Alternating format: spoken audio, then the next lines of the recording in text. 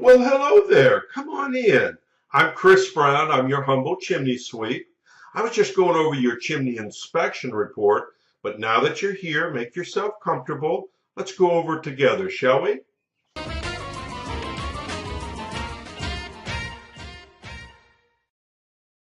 Okay, now let's take a look at the inspection report and see how it reads out. This is a generic report. This is exactly what you will get, only your information obviously will be filled into all these blanks. The upper right-hand corner of the report is the legend. Each one of these initials pertain to something.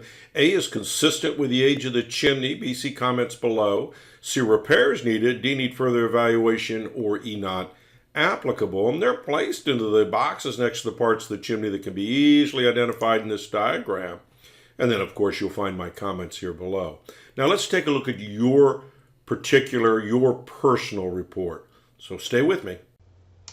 Hey, Susan, it was great to see you out at the house today. What a beautiful house. Great location, too, by the way. Hey, let's take a look inside so we know it's an open wood-burning fireplace. What a beauty, right? And it does have a working damper. But if you were to walk up and look straight down, you'd see there was a joint missing on both sides. Well, that joint actually goes all the way across.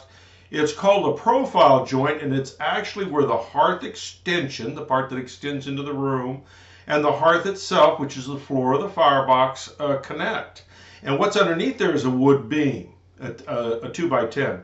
And the reason for that is because the fireplace has its own foundation, and the hearth extension sits on the house foundation, and where the two come together is that beam. Well, we don't want hot ashes to find their way down there on top of that wood beam and cause a house fire.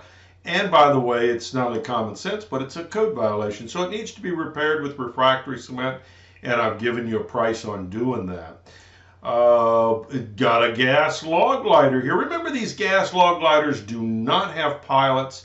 You don't have to use it, but if you do decide to use it, my recommendation is put some wood on the grate, put a piece of newspaper underneath there, light the paper before you turn the gas on.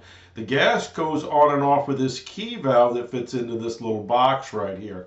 When you turn it on, there's no pilot, so lighting that paper ahead of time will save your eyebrows. That's probably what it'll save, because if that firebox fills up with natural gas, why, you're going to lose your eyebrows. Flue system looks good, no problem. Up on top, it's got a nice stainless steel cap up here, keeping the rain out, the birds out, the squirrels, the creatures out of there. Concrete crown up here looks pretty good, no problems with that. And if you folks have questions for me, though, give me a call, 704-526-6348. You can email me at chris@affordablesweep.com.